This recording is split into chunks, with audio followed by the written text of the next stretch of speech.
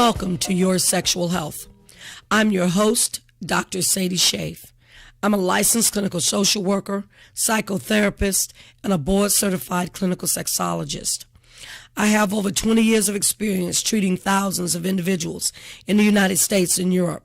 They're from different socioeconomic backgrounds, races, ages, religions, and cultures. My experience includes treating individuals with psychiatric problems, substance abuse issues, domestic violence, interpersonal relationship issues, marital and family concerns, childhood and adult trauma, military sexual trauma, sexuality and sexual intimacy concerns and problems. Today on Your Sexual Health, we will be discussing the characteristics of a sexually healthy adult. What are the characteristics of a sexually healthy adult? Are you a sexually healthy adult? Perhaps you're not aware of the characteristics or even know that they exist. Perhaps you think that you are a sexually healthy adult. Whichever applies to you, we will be discussing the list of life behaviors of a sexually healthy adult adopted by the Sexuality Information and Education Council of the United States. The proceedings of a regional consultation convened by Pan American Health Organization, World Health Organization, in collaboration with World Association for Sexology in 2000, defined sexual health as the experience of the ongoing process of physical, psychological, and sociocultural well-being related to sexuality. Sexual health is evidenced in the free and responsible expression of sexual capabilities that foster harmonious personal and social well-being, enriching individual and social life. It's not merely the absence of dysfunction, disease, or infirmity. For sexual health to be attained and maintained, it's necessary that the sexual rights of all people be recognized and uplifted. You may say, what are the sexual rights of all people? Well, the Declaration of Sexual Rights were issued by the World Association for Sexology, and they are the right to sexual freedom, the right to sexual autonomy, sexual integrity, and safety of the sexual body, the right to sexual privacy, the right to sexual equity, the right to sexual pleasure, the right to emotional sexual expression, the right to sexually associate freely, the right to make free and responsible reproductive choices, the right to sexual information based upon scientific inquiry, the right to comprehensive sexual education, and the right to sexual health care, just to name a few. You know, the characteristics of sexual health can be recognized both in an individual and in society. At the individual level, there are specific behaviors that have been identified that characterize the sexuality of the individual or the sexual health of the individual, and these are presented as life behaviors of sexually healthy individuals. The group of experts that suggested that we adopt this list of sexual rights encourage us all to do so, as it has been already validated in several other countries. Now let's get back to that list of life behaviors of a sexually healthy adult.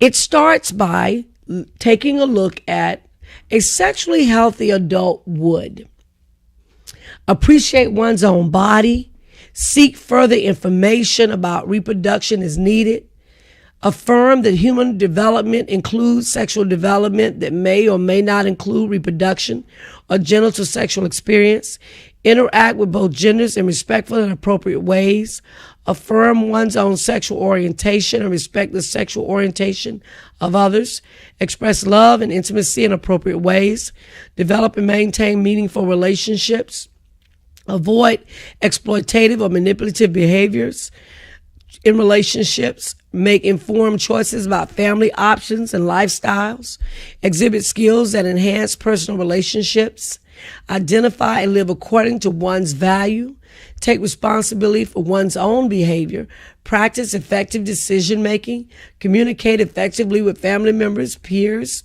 partners, enjoy and express one's sexuality throughout life, express one's sexuality in ways that are congruent with one's own values, discriminate between life-enhancing sexual behaviors and those that are harmful to self and others, express one's sexuality while respecting the rights of others, seek new information to enhance one's sexuality, use contraception effectively to avoid unintended pregnancy, prevent sexual abuse, seek early prenatal care, avoid contracting or transmitting a sexually transmitted disease, including HIV, practice health-promoting behaviors such as regular checkups, breast and testicular self-exams, and early identification of potential problem, demonstrate tolerance for people with different and sexual values and lifestyles, exercise democratic responsibility to influence legislation dealing with sexual issues, access the impact of family, culture, religious,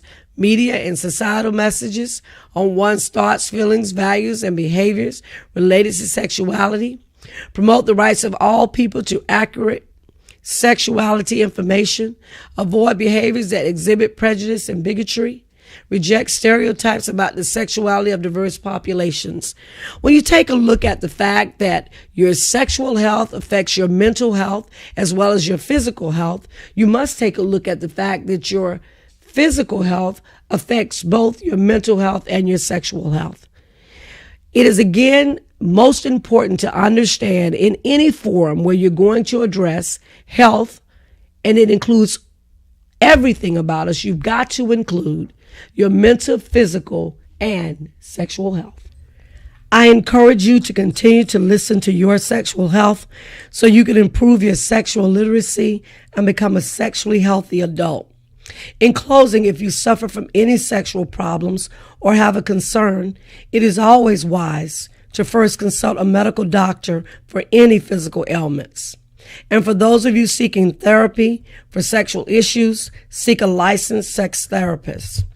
If you desire the privacy of telephone counseling rather than an in-office, in-person visit, there's a link on this website to mine, drsadiesheafe.com.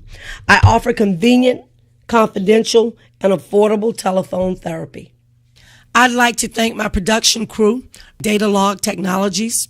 You've been listening to Your Sexual Health with Dr. Sadie Sheafe. I invite you to listen in daily as we discuss issues about human sexuality. These issues and concerns impact you, people you know, and the world around you. More than 60 years ago in 1948, in Alfred Kinsey's book, Sexual Behavior in the Human Male, Alan Gregg in the preface writes, "Certainly there is no aspect of human biology in our current civilization that stands in more need of scientific knowledge and courageous humility than that of sex. The history of medicine proves that insofar as man seeks to know himself and face his whole nature, he has become free from bewildered fear, despondent shame, or hypocrisy. As long as sex is dealt with in the current confusion of ignorance and sophistication, denial and indulgence, suppression and stimulation, punishment and exploitation, secrecy and display, it will be associated with duplicity and indecency that leads neither to intellectual honesty nor human dignity. This is a timeless truth that still remains a frontier for science.